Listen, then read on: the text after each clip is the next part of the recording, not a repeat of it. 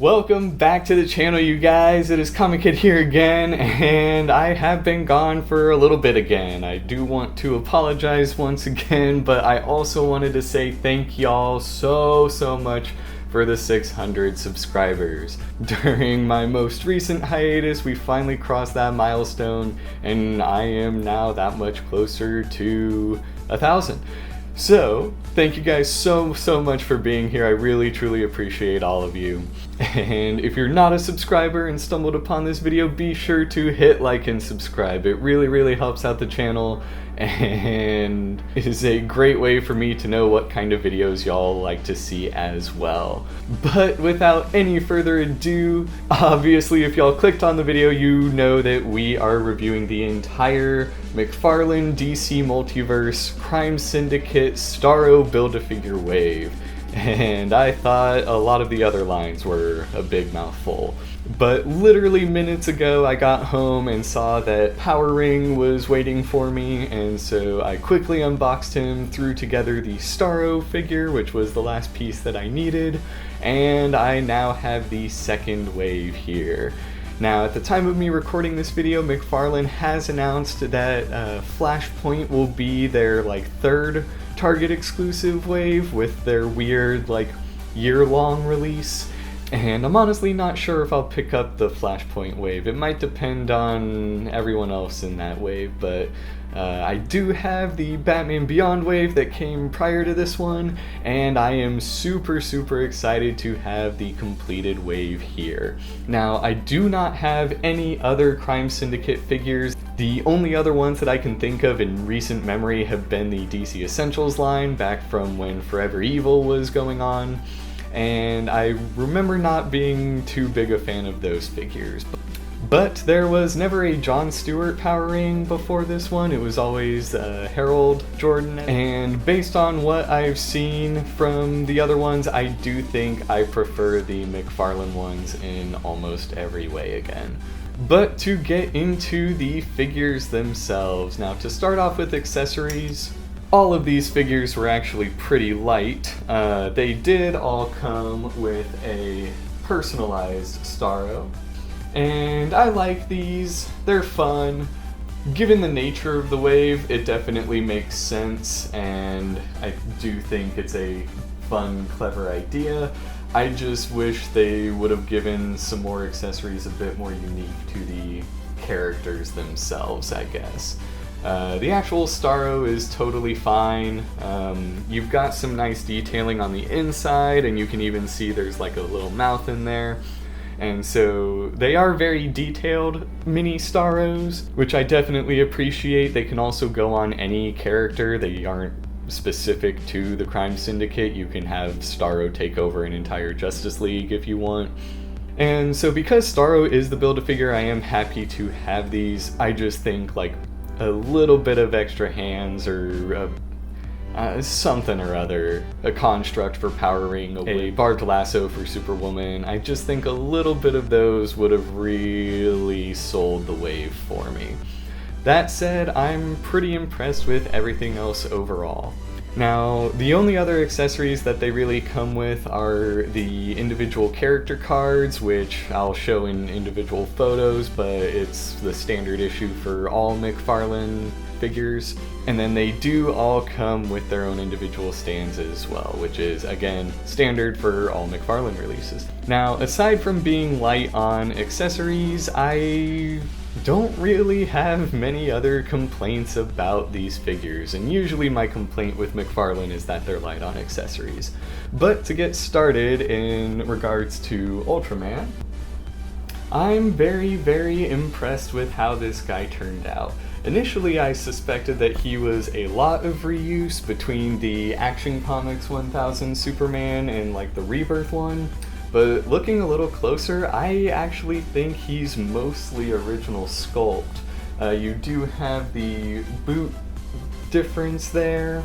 Obviously you have the different plastic around the crotch region there. And then I do think these lines are specific to this version of Ultraman as well.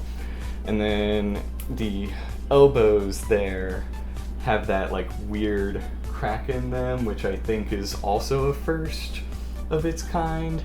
And in terms of articulation, I do think it works, but it's not the most attractive joint when it's fully bent either, and so I do think that is kind of a minus. As far as the head goes, personally I think he looks a little like Zac Efron, but I'm also not really complaining about that. I've seen a lot of people replace this head with the McFarlane exclusive Hush Superman, and if that works better for you, then more power to you, but personally I think this one works just fine. And so yeah, in terms of general sculpt and paint, I don't really think he's lacking in anything. And I guess the one complaint I do have is technically a sculpt issue. It might qualify as a articulation issue, but I mean, they all come with the same exact points of articulation, with the exception being Superwoman does not have that extra ab joint there. But you have toes, you have ankle joints, that are the balls that are pretty standard for McFarlane, double jointed knees, you have the nice solid hip joints there as well. You do have the double ab crunch that I just mentioned, butterfly shoulders, swivel shoulders, bicep swivel, and a double jointed elbow, and a ball wrist as well, with some pretty good range of motion in the head for Ultraman. And so all in all, I'm very pleased with the Ultraman figure. Oh, the one thing I did also forget to mention about the sculpt is the legs do seem very skinny down by the ankles there. I don't know if that's just a fluke, but it does seem like Ultraman skipped leg day a little bit, so oh well. Now, because I've already covered articulation, I'm just gonna basically talk sculpt about the other figures. And so next up will be Owlman. Now, of all the other figures in the wave, I actually think this Owlman has the strongest sculpt. Most of it is entirely unique from what I can tell, but the cape is really what sells it for me. I love this like patterned feathery cape. I think it is what totally makes it more owl than anything, and I really feel like it stands out from any other cape that Todd has yet to do so far. And I love how it kind of sits on the shoulder pads as well there. But even everything from like the texturing on the legs is just really, really solid. Everything from the boots to the gloves even, like Todd knocked it out of the park with Owlman. And I don't know if it's just because it's Batman adjacent, but this is probably my favorite figure in the whole wave, in case it wasn't obvious. Now, I don't really have much else to say about the sculpt aside from I think that it is stellar. And for someone who's supposed to be an evil version of Batman, I really, really think it captures like a threatening, more menacing type image. And yeah, this is easily an A+ figure in my opinion. Now to move on to Superwoman. What I both love and hate about this figure is that it gives Todd absolutely no excuse to have not put out a comic book Wonder Woman yet. This is a really, really solid base sculpt, and you know, if you just change the crotch piece to like a skirt, then I think this is really all you need for a generic Wonder Woman sculpt. And so yeah, Todd, come on, we need that generic comic Wonder Woman. But the face looks really solid. There's a little bit of a blue tint to her hair that kind of pulls it out from the black of her costume, which I kind of appreciate. And yeah, I mean, the costume works, it fits, it does everything it needs to do. It's pretty accurate to the character. As far as the boots go, that might be the only other thing that McFarlane needs to change in terms of sculpt, but even then, something is better than nothing, so I want my classic comic Wonder Woman. And then last but not least, aside from the Build-A-Figure himself, that leaves Power Ring. Now, like I mentioned earlier, the Jon Stewart version of Power Ring is a newer one. I actually don't think I've read too much with him, aside from like Multiverse of Madness or something from the Death Metal series, and then I do think he's in the solo Crime Syndicate wave that followed it.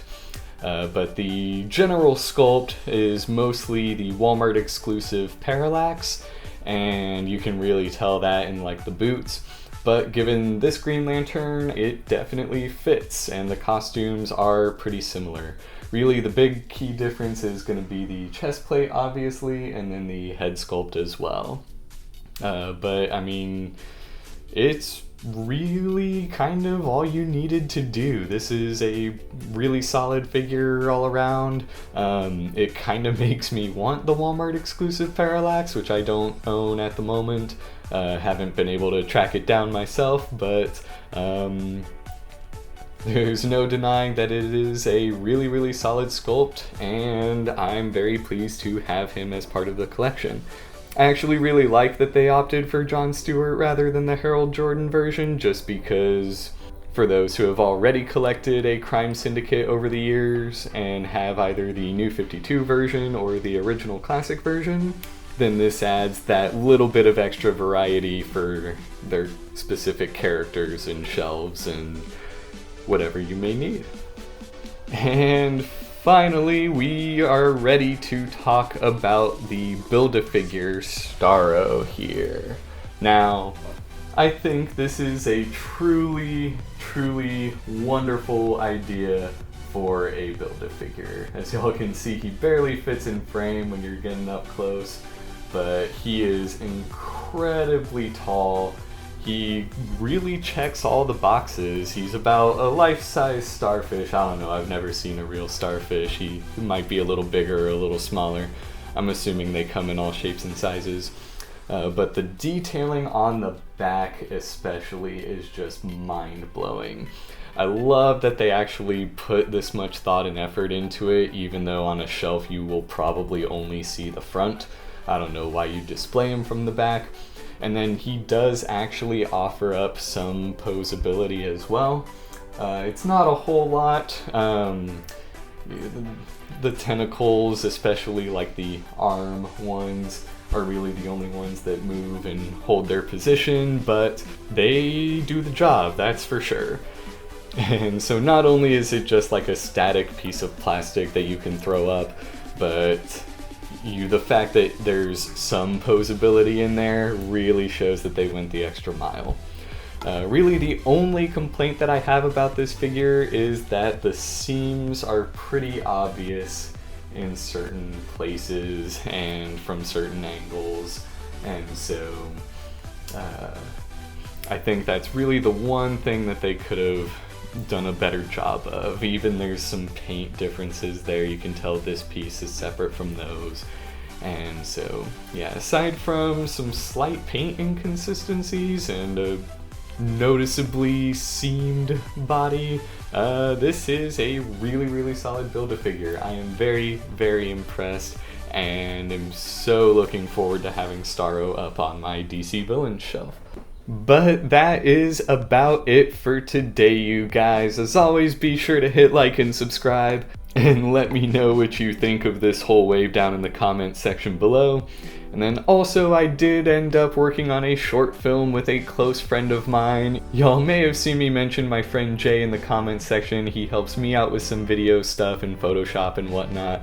And he just worked on his first short film, and I will put a link to that in the comments section below. Be sure to check it out. And I'm super excited for y'all to see our next project that we have cooking behind the scenes as well. But to get back to the wave, overall I'd give it probably a solid A. Like I said, aside from some accessories that could be useful with really only certain characters, these are really, really solid all around. I love the sculpts. The articulation is standard for McFarlane, but everything you need from these figures. And the Starro is phenomenal. If only he could stand on his own, or maybe if he came with a stand, that would actually really help. But I'm not complaining. He's tall enough to be seen from the back of my DC villain shelf anyways. And so, yeah, very, very pleased with this wave, and certainly looking forward to everything from McFarlane next year. But thank y'all again so much for watching, and I will see you again real soon.